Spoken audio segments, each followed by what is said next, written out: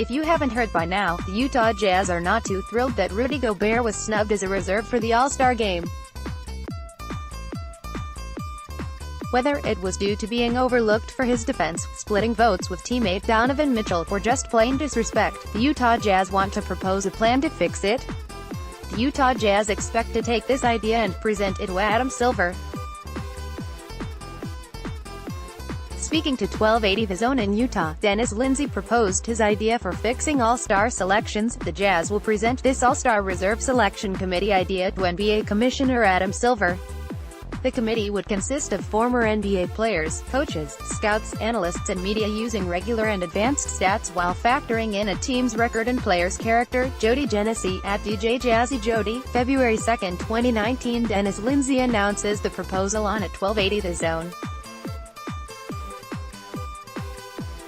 Jazz coach Quinn Snyder, team presidents Steve Starks and Greg Miller, Utah's rep on the NBA Board of Governors, are all in favor of this system.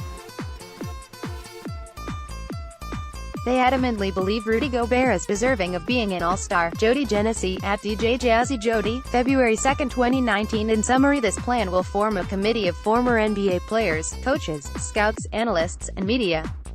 They will then use basic and advanced stats mixed with I'd assume scouting reports and the eye test to select all-stars as a committee. This would prevent teams with two prospective all-stars from splitting the vote and leaving the team all-star-less. It would also give the reserve selection validation. The NBA is already doing some form of it for the starters selections, with fans having some part of the vote.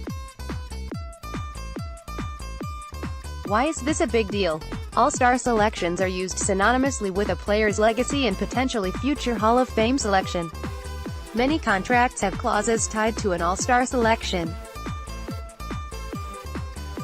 Adding more objectivity for something that can affect how a player is seen around the league and in casual fan circles can go a long way.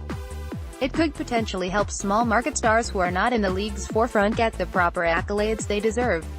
It could also eliminate the respect selection. A lot of times players are not selected for the All-Star game the first year they're deserving because of the respect situation. Much like Rudy Gobert's first year being one of the finalists for Defensive Player of the Year, he didn't earn it until his second year due to the odd idea that you have to almost redshirt your first year of being deserving for an award in this league. Removing current coaches from the equation also allows the league to open up transparency for their selections without it looking like a coach is trying to tamper by selecting a prospective free agent or favoring their own guy by voting them higher. If the NBA ends up opening up the All-Star game to the best 24 players regardless of conference, a system that is more refined and objective using media and analysts with a good variety of subjective point of views to scouts, players, and coaches would elevate the importance of an All-Star. Being an All-Star would be more on par with being an All-NBA player than just being the most popular player to the casual fan. It wouldn't change that there are snubs. Selecting 24 players means there's always going to be a 25th that's left out and felt deserving.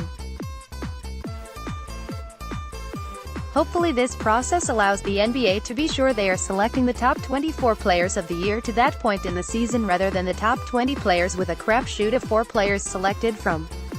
However you feel about the proposal, it's encouraging that the Utah Jazz front office is being so proactive about this.